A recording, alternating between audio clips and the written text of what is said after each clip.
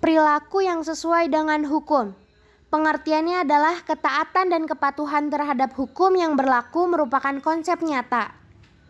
Kepatuhan hukum mengandung arti bahwa seseorang memiliki kesadaran, memahami dan menggunakan peraturan perundang-undangan yang berlaku, mempertahankan tertib hukum yang ada, menegakkan kepastian hukum.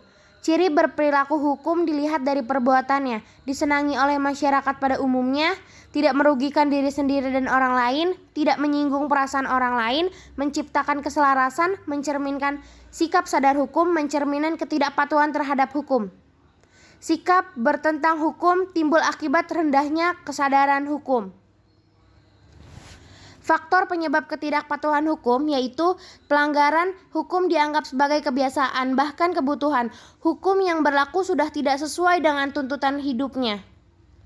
Sanksi dari norma-norma yang berlaku di masyarakat, norma agama, petunjuk hidup yang bersumber dari Tuhan Yang Maha Esa yang disampaikan melalui Rasul Nabi dan tertuang dalam kitab agama yang berisi perintah, larangan, dan anjuran. Contohnya beribadah, beramal, tidak maksiat. Sanksinya yaitu sanksi diterima di akhirat, ganjaran disesuaikan dengan amalan dan dosa. Norma kesusilaan, pedoman pergaulan hidup yang bersumber dari hati nurani manusia tentang baik dan buruknya suatu perbuatan manusia. Contohnya berlaku jujur, menghargai orang lain. Sanksinya tidak tegas, hanya dirasakan oleh diri sendiri berupa penyesalan, rasa malu, dan bersalah.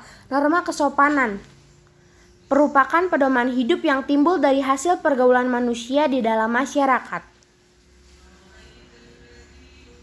Contohnya, menghormati orang lain dan sopan ketika berbicara. Sanksi tidak tegas, tapi dapat diberikan oleh masyarakat dalam bentuk cemooh.